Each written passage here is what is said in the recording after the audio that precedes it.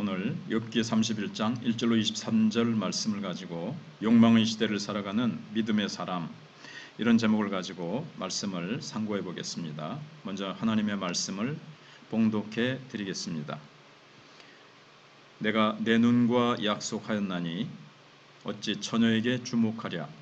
그리하면 위에 계신 하나님께서 내리시는 분깃이 무엇이겠으며 높은 곳의 전능자께서 주시는 기업이 무엇이겠느냐. 불의한 자에게는 환난이 아니겠느냐. 행악자에게는 불행이 아니겠느냐. 그가 내 길을 살피지 아니하시느냐. 내 걸음을 다 세지 아니하시느냐. 만일 내가 허위와 함께 동행하고 내 발이 속임수에 빨랐다면 하나님께서 나를 공평한 저울에 달아보시고 그가 나의 온전함을 아시기를 바라노라. 만일 내 걸음이 길에서 떠났거나 내 마음이 내 눈을 따랐거나 내 손에 더러운 것이 묻었다면 내가 심은 것을 타인이 먹으며 나의 소출이 뿌리째 뽑히기를 바라노라. 만일 내 마음이 여인에게 유혹되어 이웃의 문을 엿보아 문에서 숨어 기다렸다면 내 아내가 타인의 맷돌을 돌리며 타인과 더불어 동침하기를 바라노라. 그것은 참으로 음란한 일이니 재판에 회부할 죄악이요 멸망하도록 사르는 불이니 나의 모든 소출을 뿌리째 뽑기를 바라노라. 만일 남종이나 여종이 나와 더불어 쟁론할 때에 내가 그의 권리를 저버렸다면 하나님이 일어나실 때에 내가 어떻게 하겠느냐. 하나님이 심판하실 때에 내가 무엇이라 대답하겠느냐. 나를 태 속에 만드신 이가 그도 만들지 아니하셨느냐. 우리를 뱃속에 지으신 이가 한 분이 아니시냐. 내가 언제 가난한 자의 소원을 막았거나 과부의 눈으로 하여금 실망하게 하였던가. 다만 혼자 내 떡덩이를 먹고 고아에게 그 조각을 먹이지 아니하였던가. 실상은 내가 젊었을 때부터 고아 기르기를 그의 아비처럼 하였으며 내가 어렸을 때부터 과부를 인도하였노라. 만일 내가 사람이 의복이 없이 죽어가는 것이나 가난한 자가 덮을 것이 없는 것을 못 본 채 했다면 만일 나의 양털로 그의 몸을 따뜻하게 입혀서 그의 허리가 나를 위하여 복을 빌게 하지 아니하였다면 만일 나를 도와주는 자가 성문에 있음을 보고 내가 주먹을 들어 고아를 향해 휘둘렀다면 내 팔이 어깨뼈에서 떨어지고 내 팔뼈가 그 자리에서 부스러지기를 바라노라. 나는 하나님의 재앙을 심히 두려워하고 그의 위엄으로 말미암아 그런 일을 할 수 없느니라. 아멘. 오늘 본문의 주제는 하나님이 침묵하시는 이유는 연약한 자들의 억울함을 들으시기 때문이라는 겁니다. 욥의 친구들은 이 세상의 모습입니다. 하나님의 완전성이 손상을 입지 않도록 열정적으로 하나님을 변호하는 믿음 좋은 신학자요 목회자처럼 보였으나 그들의 논증에는 사랑의 하나님이 부재합니다. 하나님 사랑이 없으면 세상과 다름없습니다. 욥은 자신을 고발하는 세상 속에 홀로 내팽개쳐져 있습니다. 자, 지금 아무도 욥의 사정에 귀 기울이지 않았습니다. 친구들이 욥의 말을 열심히 들었지만 그 들음은 공감을 위해서가 아니라 비판을 위해서였지요. 공감 없는 비판은 당사자를 죄인으로 단죄합니다. 세상은 욥을 죄인이라고 비난하며 입을 다물라고 다그치고 욥은 아무도 자신을 변호해주는 이 없는 세상 법정에서 자신은 죄가 없다고 억울함을 호소하였습니다. 온전하고 정직하여 하나님을 경외하며 악에서 떠난 자였던 욥이 세상의 자신을 변호해주는 이 없는 세상 법정에서 자신은 죄가 없다고 억울함을 호소했습니다. 온전하고 정직하여 하나님을 경외하며 악에서 떠난 자였던 욥이 세상의 비난에 시종일관 자신의 결박을 주장했습니다. 결백을요. 나는 무죄다. 오히려 내게 죄를 뒤집어 씌운 하나님이 유죄다. 이렇게 얘기하는 것처럼 하나님을 비난하던 욥은 결국 사탄의 예상처럼 하나님을 욕하는 것처럼 보입니다.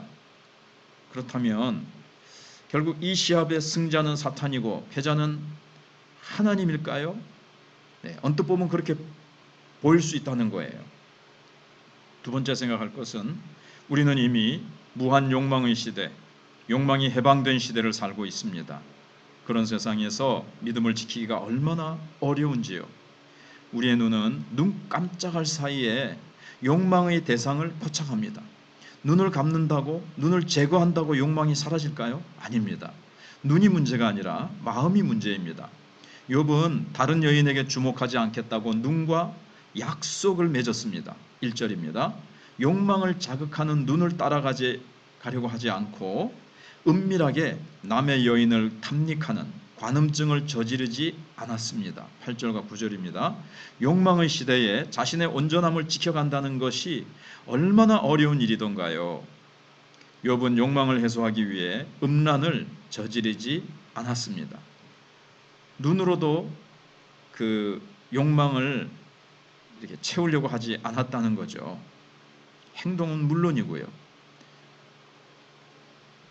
힘 있는 사람이 힘없는 사람의 하소연을 들어주는 것은 참으로 어려운 일입니다. 힘 있는 사람이 정말 겸손하고 힘없는 사람의 그 아픔을 공감하고 품어주지 않으면 이루어질 수 없는 일이죠. 세상은 어떻습니까? 오히려 강자가 말을 하고 약자가 들어주는 게 세상 이치입니다. 그러나 욥은 그들의 하소연에 귀를 기울여 왔습니다. 공평한 저울에 달아보시는 하나님의 성품을 닮아서 욥도 연약한 자들의 억울함을 듣고 공평하게 처리하였습니다. 세상은 강자만이 말을 하고 약자에게는 침묵을 강요합니다. 조용히 있으라는 거죠. 네가 뭔데 잠자코 있어라 이렇게 하죠. 하지만 욥은 그런 세상의 논리를 거부했습니다. 욥은 약자들의 하소연에 귀를 기울였고 시종일관 말씀하시는 하나님을 기다렸습니다. 남의 말에 귀를 기울이는 사람은 그들의 필요를 알고 도와주려고 합니다. 욥은 자신이 배고플 때 과부와 고아로 대변되는 약자들이 자기 이상 배가 고프다는 것을 알고 먹을 것을 나누어 주었습니다. 나누어 주는 정도가 아니라 욥은 젊었을 때부터 고아 기르기를 그의 아비처럼 하였다 그랬습니다. 자식처럼 길렀다는 거죠. 부모의 마음을 가지고 키웠다는 거죠. 그냥 생색내기 식의 구제가 아니라 정말 아비의 마음을 가지고 사랑을 베풀었다는 겁니다. 욥이 침묵하지 않는 이유는 침묵을 강요하는 세상에 저항하기 위해서였습니다. 하나님이 침묵하시는 이유는 욥이 유죄라고 판단하셨기 때문이 아니라 욥의 하소연을 듣기 위해서였습니다. 하나님은 들으시는 분이십니다. 약한 자의 아픔과 억울함을 귀를 쫑긋 세우시고 들으십니다. 나의 작은 신음에도 귀를 기울이시는 하나님, 정말 세상에서 가장 낮은 자의 아픔과 신음소리를 들으시는 하나님이십니다. 욥은 그런 하나님의 성품을 닮았습니다. 하나님을 닮아 약자들의 하소연을 들어주었고 과부와 고아들을 돌보는 일에 헌신하였습니다.